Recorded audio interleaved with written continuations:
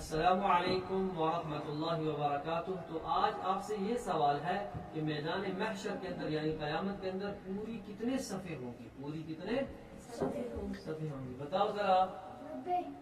90 गलत जवाब है। चलो आप बताओ, जोर से बताओ। 75 गलत। आप बताओ।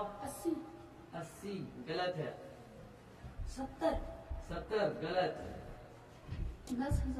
10,000 गलत।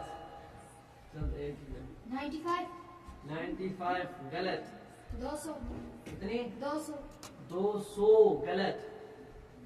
125 125 गलत। अब आ जाओ,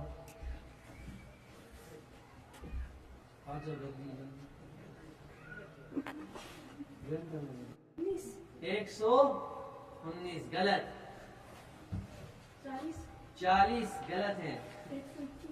121 गलत। 3000 गलत है। 130 गलत। 122 गलत। 120 सही जवाब। इसके लिए क्लैप्स करो। बच्चों ने माशाअल्लाह। बस कैसे है? मैदान महशर के अंदर जो है वो 120 सफ़े होंगी। कितने सफ़े होंगी? 120। ठीक है। तो इंशाअल्लाह इसको स्कूल की तरफ से